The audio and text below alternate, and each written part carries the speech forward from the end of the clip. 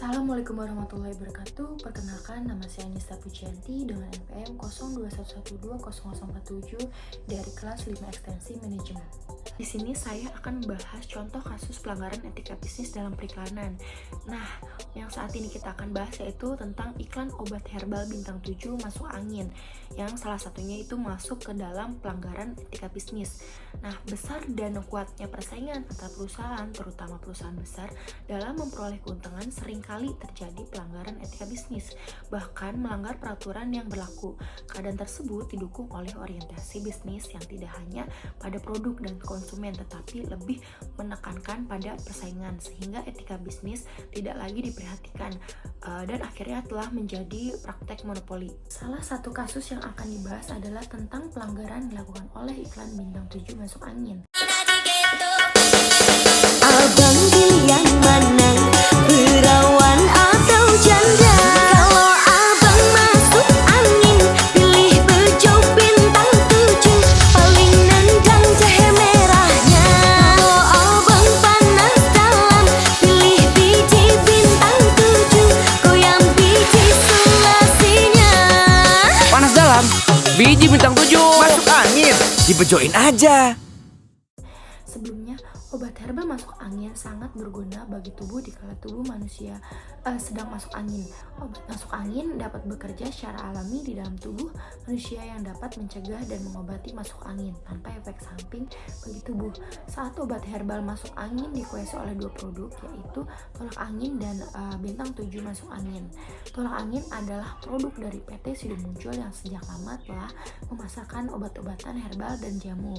Sedangkan belum lama ini sering terlihat iklan dari salah satu anak perusahaan PT Kalbe Farma Tbk, yaitu PT Bintang 7, yang juga meluncurkan produk obat herbal masuk angin. Nah, iklan produk tersebut terlihat sangat menjatuhkan dan membandingkan produk satu yang sama lain.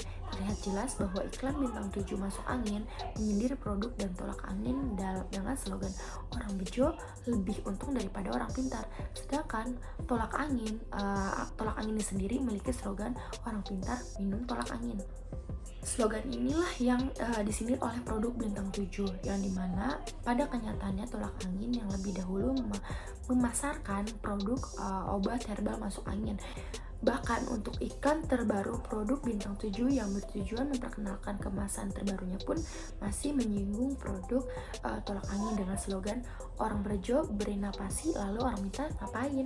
Bintang 7 masuk angin sebagai pendatang baru cukup berani menggunakan slogan yang secara tidak langsung menyindir produk tolak angin sebagai market leader. Tetapi hal tersebut berhasil menarik perhatian konsumen sehingga membuat produk tersebut terkenal. Dalam iklan ini juga terdapat cita-cita menggunakan pakaian yang cukup seksi dengan berbusana tank top ketat berwarna kuning dan kemeja berukuran pendek yang seluruh kancingnya dibuka dan dia dikatkan hanya ke bagian bawahnya saja, sambil menyanyikan lagu perawan atau janda yang dimodifikasi sesuai dengan kebutuhan iklan. Nah, cita-cita bergoyang dengan gerakan yang menggoda sambil memegang busa pencuci mobil. Selain itu, kamera juga fokus ke bagian area atas tubuh cita-cita di mana bagian dadanya tersorot dengan jelas dengan pakaian seksinya itu. Jika dikaitkan dengan kode etik periklanan, iklan ini menyimpang dalam aspek tata krama dalam si iklan, salah satunya pornografi dan pornoaksi. Seperti yang terdapat dalam tata krama isi iklan ini berbunyi, iklan tidak boleh mengeksploitasi erotisme atau seksualitas dengan cara apapun. Seperti yang terdapat dalam tata krama si iklan, KPI mengingatkan berdasarkan pasal 43 Pedoman Perilaku Penyiaran dan pasal 58 Standar Program Siaran KPI tahun 2012, maka ketentuan siaran iklan langsung harus tunduk pada Etika Pariwara Indonesia atau EPI. Nah, iklan harus menghormati dan melestarikan nilai-nilai budaya Indonesia yang menjunjung norma kesopanan. Hal demikian dapat memberikan pengaruh buruk terhadap budaya Indonesia yang menjunjung norma kesopanan. Hal demikian dapat memberikan pengaruh buruk terhadap khalayak, terutama anak dan remaja. Siapa yang dirugikan dalam kasus ini? Dalam contoh kasus seperti ini tentu saja akan ada yang dirugikan, entah dari produk yang direndahkan atau tersindir seperti bintang 7 maupun tolak angin. Namun bukan hanya jamu tolak angin yang dirugikan, bintang 7 juga bisa dirugi atau bisa rugi karena dengan menyindir produk pesaing yang akan membuat produk mereka terlihat buruk di mata konsumen. Nah, pada kali ini saran untuk kasus ini yaitu seharusnya iklan ini tidak boleh dengan sengaja meniru iklan produk pesaing sedemikian rupa sehingga dapat merendahkan produk pesaing ataupun menyindir, membingungkan halayak, karena dengan merendahkan dan saling menjatuhkan akan membuat produk tersebut tidak percaya dan akan terlihat buruk di mata konsumen. Maka dari itu bersainglah secara sehat dan kreativitas, bukan bersaing dengan cara menyindir dan merendahkan produk pesaing yang dapat melanggar peraturan periklanan dunia. Saya simpulkan banyak di antara para konsumen yang belum menyadari akan pengaruh negatif yang ditanyakan oleh para pengiklan lewat media yang sering mereka jumpai.